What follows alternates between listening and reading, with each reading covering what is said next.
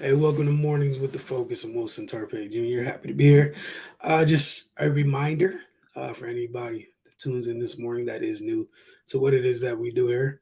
Um, Look, it's an open discussion. Got a couple prepared topics we'll discuss each and every morning. After that, you guys are more than welcome to hit up the comment section, join the conversation, steer the conversation if you would like as well. That said, it's NBA free agency day, so it's a big day for a lot of teams around the league. Things don't kick off officially till about 6 p.m. Eastern. However, with Woj and Shams, when stuff happens, we'll pretty much find out. So, just a bit of business in terms of things that have happened already. The Hawks acquired DeJounte Murray from the Spurs yesterday. The price was Danilo Gallinari, a 2023 first rounder that belongs to the Hornets. The Hawks 2025 and 2027 first, both of which are unprotected. Let's keep that in mind. It's kind of a big part of this, as well as a pick swap in 2026. So I'll run that back. You get DeJounte Murray for the Hawks, which is huge. It costs you Danilo Gallinari, which you'll probably get over that because of some of the other assets you had. Not that Danilo wasn't solid last year, but you gave up a vet and kept some of your other young assets on your roster. But you gave up some things in the future that if you're not able to instantly make a title run or make some noise in the East, um, people are going to definitely come back to revisit the cost. Again, it's in order. It's as far as the picks go. You got a 2023 first via the Hornets, the Hawks 2025 first round pick unprotected, a pick swap in 2026, the Hawks 2027 first, which is also unprotected. That's what it was. That said, DeJounte averaged 21 points a game last year, not just over 9 assists, 8.3 rebounds, and 2 steals. He also had 13 triple doubles for the Spurs.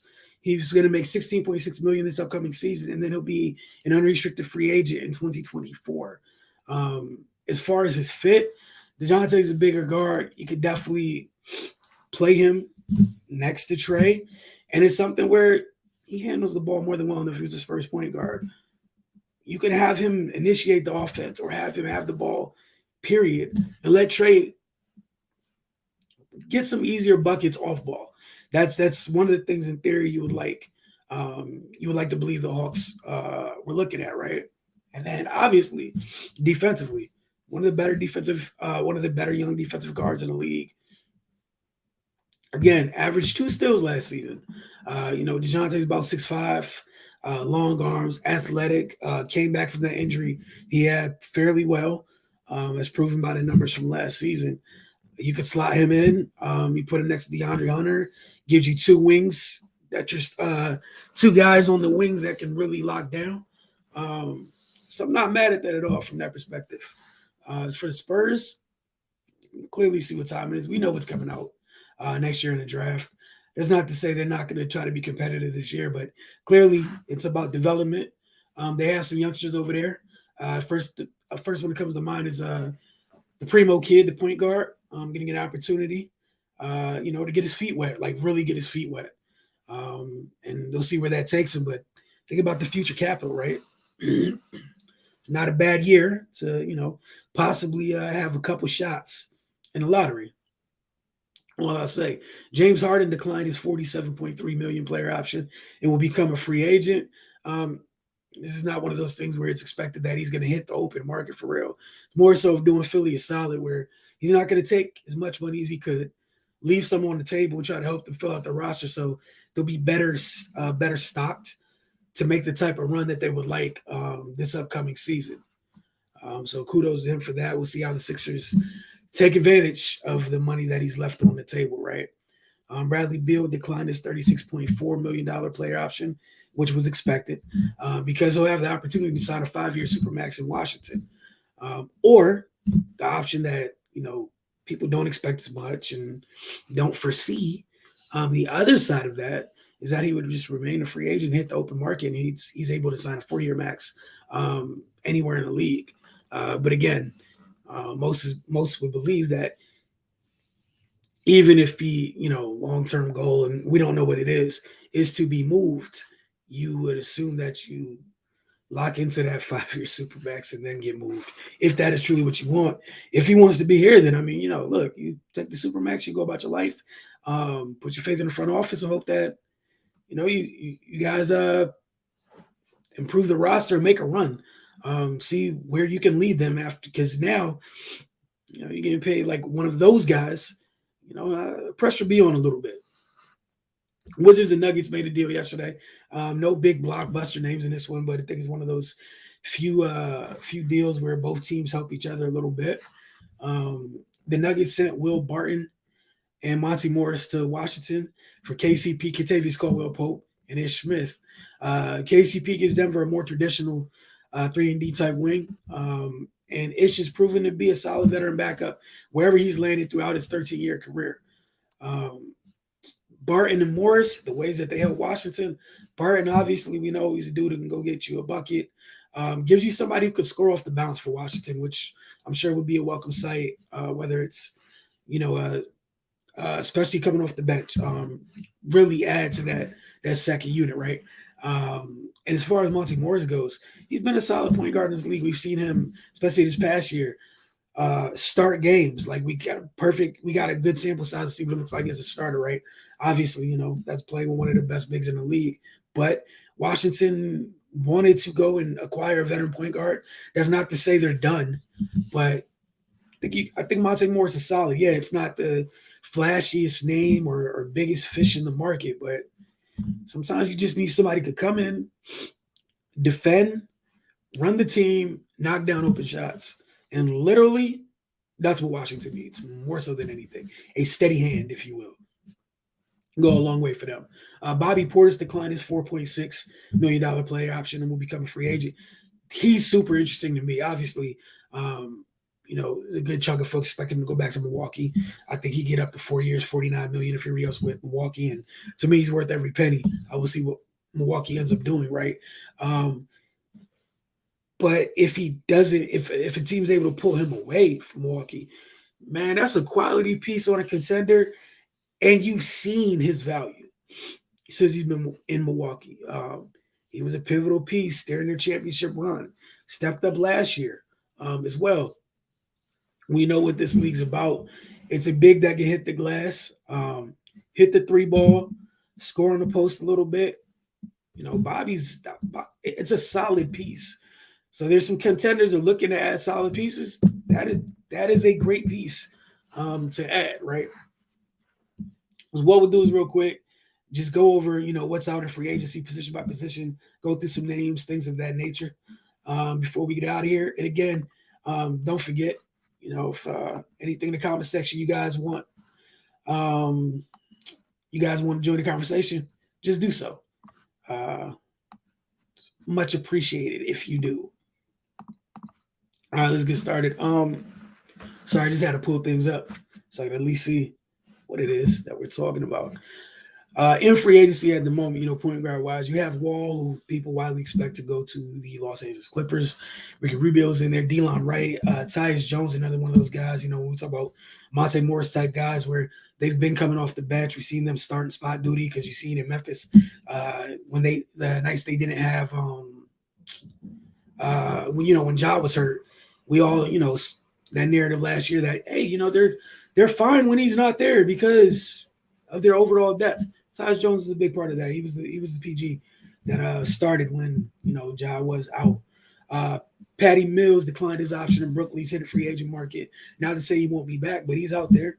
And the stage of the career he's in right now, he's not out here just to be out here, man. Dude's trying to win. Dennis Schroeder, all these guys, undrafted free agents. Avery Bradley, Colin Sexton's a fun one, restricted free agent. You got Facu from Denver, also restricted. Frank Jackson's unrestricted. Rondo, Aaron Holiday, Austin Rivers. Gary Payton II's unrestricted. The most popular one is right now, Jalen Brunson, who everyone has the Knicks ready to go get. We've heard noise about Goran Dragic signing with the Mavs, which Dragic was good for the Nets. once he got there late last season, was solid in the playoffs.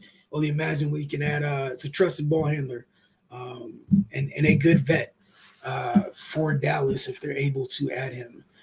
You got Javon Carter out there, things of that nature, man. That is what is available at the moment. All right, let's move on to twos. We already touched on Harden, Beal already. We got through both those guys in their current situations. Gary Harris, undrafted free agent. He's out there. Zach LaVine, we don't know what Chicago expects to do. We know what they should do, but we'll see. Jeremy Lamb's out there. You got Jarrett Culver, who's still so very young. Lou Williams, Josh Jackson, Bruce Brown Jr. from the Nets is out there. Brent Forbes, Dante DiVincenzo. Everybody remembers what he was for Milwaukee a couple years back before he got hurt. Sacramento, they did it. He's out here. That's one of those quiet pieces that I certainly think could help a contender. You got Lonnie Walker's restricted free agent. Anthony Simons restricted. Kent Bazemore. Victor Oladipo, solid in Miami during the postseason.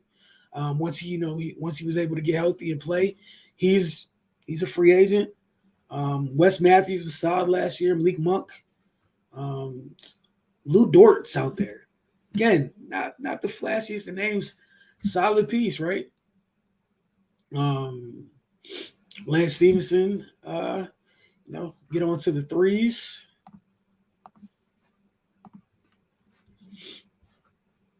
All right.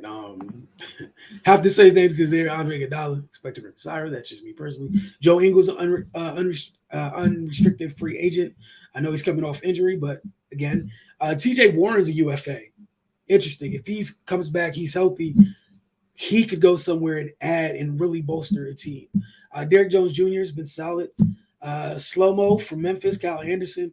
Kevin Knox, another guy who's super young. Still don't really know what you have in him. Still trying to figure out how he fits, where he would fit in this league.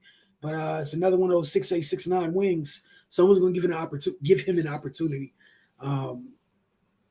Jake Layman, Troy Brown Jr., Nick Batum, who people expect to be back with the Clippers, Josh Okogie, Otto Porter Jr., Ben McLemore, Rodney Hood. Cody Martin's an interesting one. He was solid last year. Both him and his brother were solid. It's been cool to watch them kind of find their legs in this league, right? Juan T from Golden State's hitting free agency. Definitely been looking for an opportunity to contribute somewhere. Kessler Edwards, youngster from Brooklyn, hitting free agency. Again, Jay Sean Tate. Just some solid names. It's nothing super flashy in some of these places, but just some solid names. Where we at? Let's get to some of these power forwards. And again, free agency officially starts today at 6, but Woj and Shams care nothing about waiting for deadlines. As news happens, they will tweet it. That's what we know for sure. Some fours that are out there. You got Thaddeus Young's, the UFA, Torian Prince, Montrez, Marvin Bagley's a restricted free agent. I think mostly everybody expects him to be brought back to the Pistons. Once he was traded there last season, he was solid for them. He was solid. PJ Tucker, I'm sure several contenders try to figure out how they can win him over. One that's intriguing to me. The Raptors have had a ton of these guys, but Chris Boucher is an unrestricted free agent. That's a guy where I think quietly contender gets him. He can help, truly help. Despite his wiry frame, good shot blocker, solid defender. He can hit the three ball just a little bit. Jalen Smith. You got Loon. I don't expect Loon to hit. I don't expect Kevon Looney to end up anywhere but Golden State. Mentioned Bobby Portis already. LaMarcus Aldridge, Paul Millsap, Blake, Carmelo, Markieff Morris, Bjelica's out there. And Nick Claxton from Brooklyn is a restricted free agent. Eric Pascal, restricted free agent. Anthony Gill, Washington, restricted. Jordan Nwora from Milwaukee. Again, expect him to be back, but if he is not, someone can match him to get him to offer sheet and Milwaukee can't match. Might have something solid big wing, 6'8", the size that you want, and he can score a little bit. So we will see. Far as centers go, let's get into centers. And before we get out of here, I appreciate anyone who's tuned in live and all of you that end up, tuning in after we are no longer live. Yusuf Nurkic, Big Nurk from Portland, is an unrestricted free agent. Can go somewhere and make a difference, right? DeAndre Ayton, who's a restricted free agent, but by all accounts, expect him to end up anywhere but Phoenix. He's pretty much 24 years old. Nurk is like 28, man. That's it. Got Serge Ibaka's unrestricted. Thomas Bryant out of Washington, unrestricted, coming off that injury, but unrestricted nonetheless. Mohamed Bamba, JaVale McGee, Robin Lopez, Gorgie Jang, Dwight Howard, Ed Davis, Andre Drummond's unrestricted free agent. Bobo's a restricted free agent. Dwayne Dedman, Isaiah Hartenstein, another one of those quiet guys who comes in, just does their job, doesn't get a lot of credit. Been a solid backup to Zubac, who was retained by the Clippers, by the way. I think we talked about it yesterday. 3 years, $33 million, deservingly so. I'm sorry, Laker fans. You got Mitchell Robinson Jr., who I think was reported yesterday by either Shams or Woj that he's expected to re-up with the Knicks. Again, we'll see what happens as things really get going today. Bismack Biyombo's out there. Luka Garza, young big, possibly provide some depth. Tristan Thompson, Boogie Cousins is out there. DeAndre Jordan. Moses Brown is intriguing. Young guy, 7'1", solid player. Probably hasn't reached his upside as of yet, right?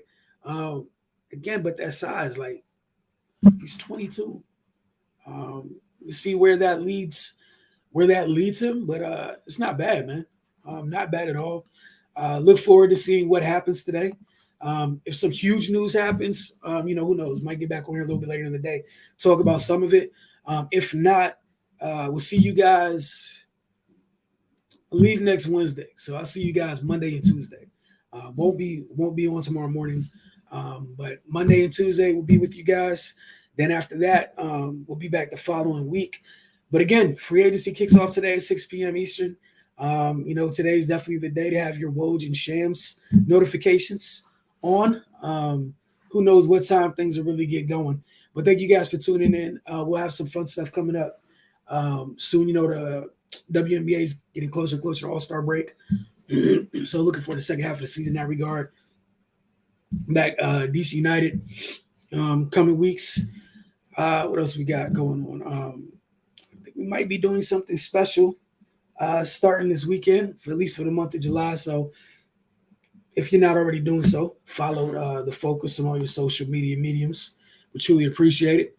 But thanks for tuning in the mornings with the Focus. We'll see you guys soon. Just a reminder, any morning that we're on, jump in the comment section, jump in the conversation, steer the conversation. Here for you guys. Y'all have a great day. Enjoy free agency.